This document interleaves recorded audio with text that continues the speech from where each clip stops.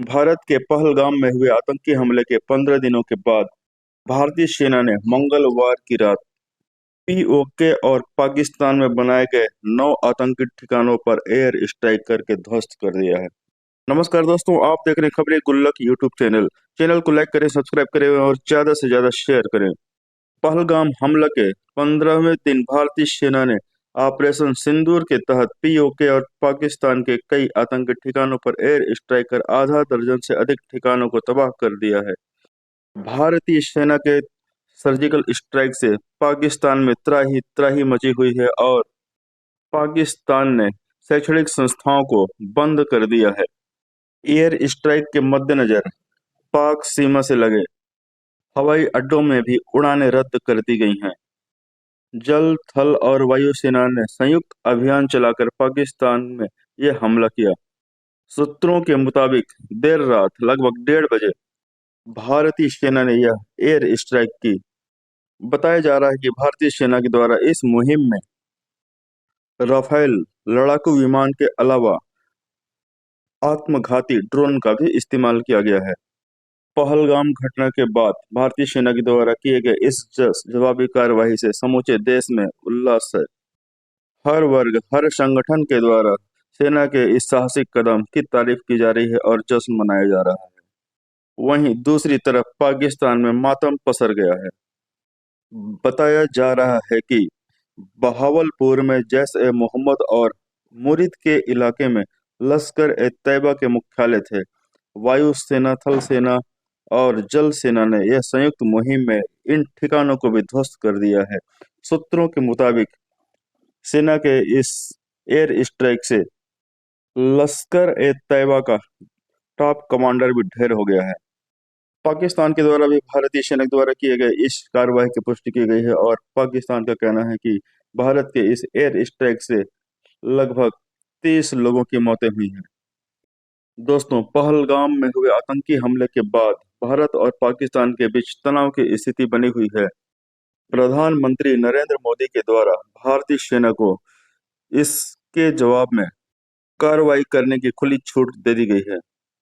भारतीय सेना ने तैयारी के साथ मंगलवार की देर रात लगभग 1:30 बजे यह एयर स्ट्राइक की और पाकिस्तान पीओके स्थित आतंकवादियों के 9 से अधिक ठिकानों को तबाह कर दिया। पाकिस्तान और पीओके के जिन इलाकों में जैश-ए-मोहम्मद और लश्कर-ए-तैयबा के ठिकाने थे, उन इलाकों में धमाकों की गूंज ने सभी की नींदें उड़ा दी और पाकिस्तानी आतंकी थर-थर कांपने लगे।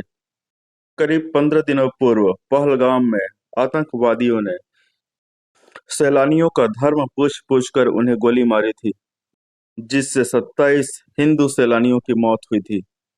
पाकिस्तान के मुस्लिम आतंकवादियों ने सैलानियों से यह भी कहा था कि जो हिंदू हैं वे एक तरफ और जो मुसलमान हैं वे दूसरी तरफ हो जाएं, जिससे मुस्लिम सैलानी दूसरी तरफ हो गए और आतंकवादी हिंदू समूहों की ओर बढ़ गए। सैलानियों से उनका धर्म पूछा गया था कि तुम किस धर्म के हो। जब उन्होंने कहा हिंदू, तब उन्हें गोली मार दी गई। इस तरह एक के बाद एक कर 27 लोगों को गोली मार दी गई। सैलानियों से कलमा भी पढ़वाया गया और उनका पेंट उतार करके भी यह पुष्टि की गई थी कि यह मुसलमान है या नहीं।